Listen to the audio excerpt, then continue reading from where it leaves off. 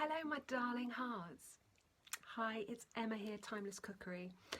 I went out and had spaghetti bolognese last night, feeling a bit puffy around the eyes, but not the debilitating stomach cramps that I would have had 10, 15 years ago.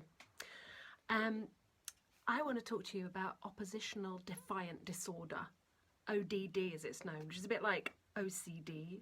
What do they call that?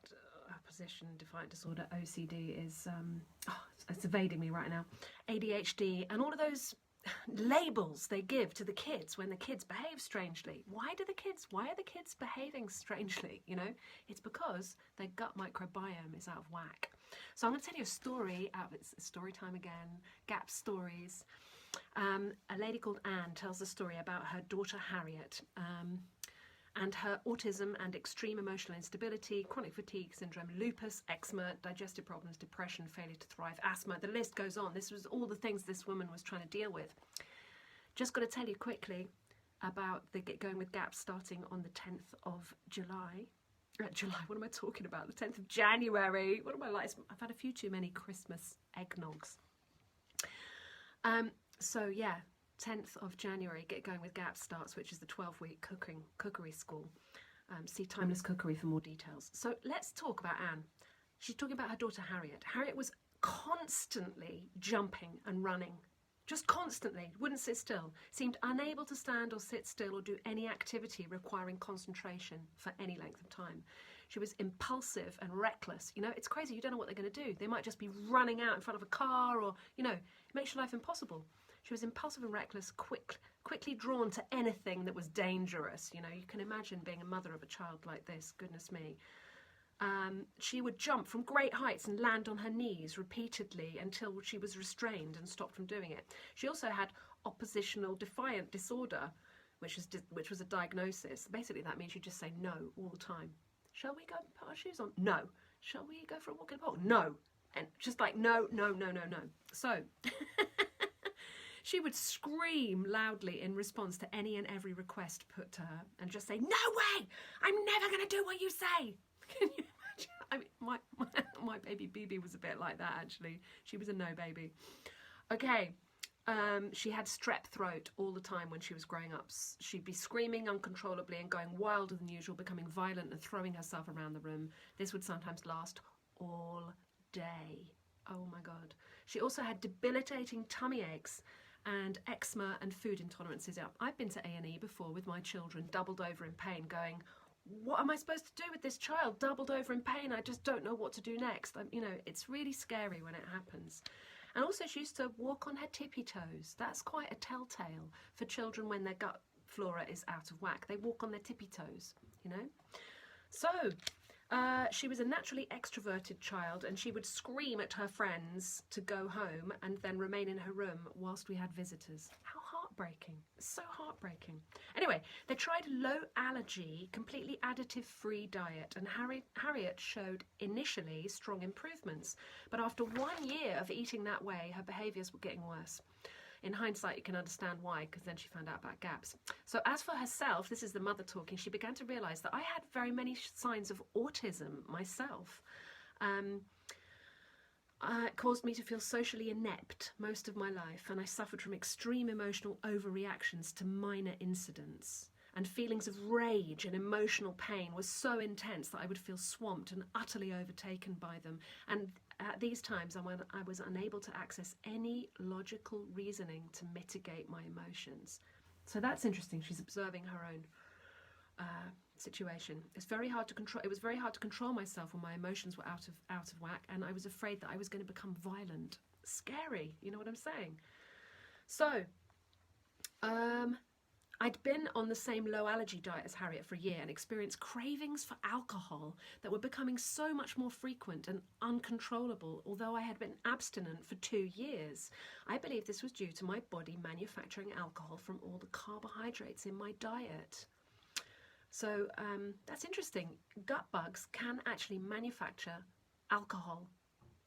So even if you're not drinking any alcohol, if you're having a very high carb diet and you've got that particular cocktail of gut bugs, they can actually make alcohol, so you can kind of get drunk. This is what's happening to some of the children. The children are behaving as though they're drunk out of control because of their gut bug the gut bug's being out of whack.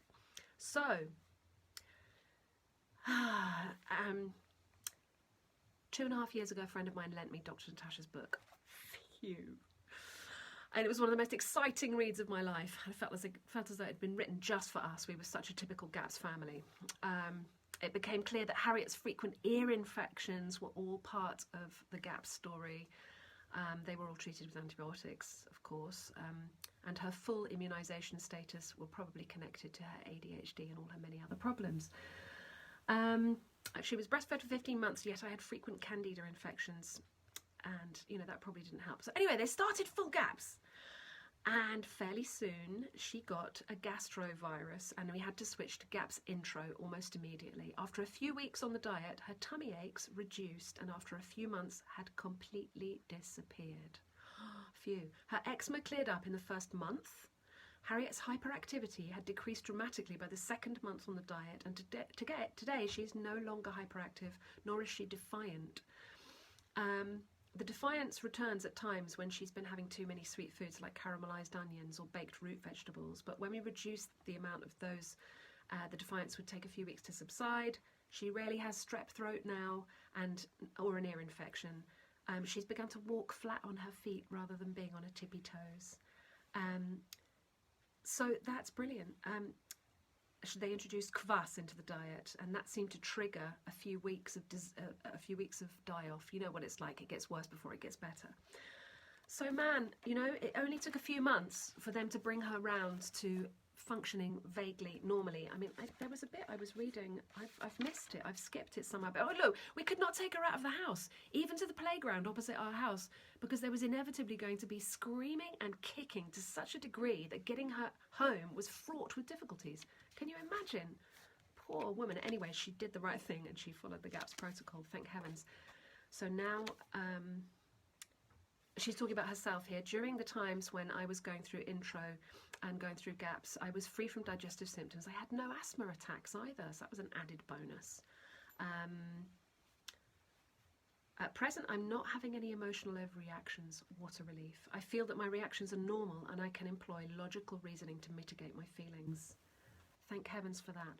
I could go on because she talks about her little boy then as well, and how she had difficulties with the GP suggesting that she wasn't actually feeding him properly, which must be absolutely heartbreaking when you're a mother who's really trying her best to fully nourish her children and not getting anywhere and feeling terrible herself, and then the GP says you're not feeding this child properly. Heavens above.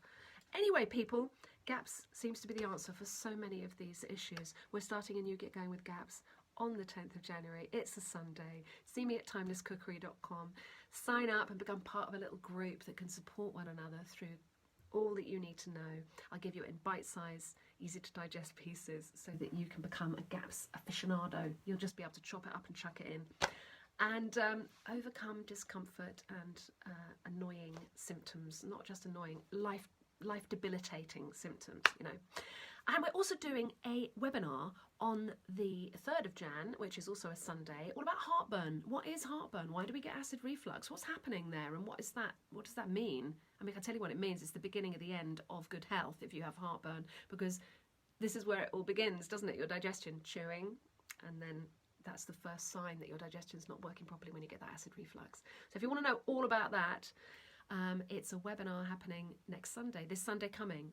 And when you sign up, you get a free ebook called GAPS Snacks that I've just written. Yay! Lots of love, people. Mwah. See you, and don't forget to spread the word. The food is the medicine. Mwah. Bye.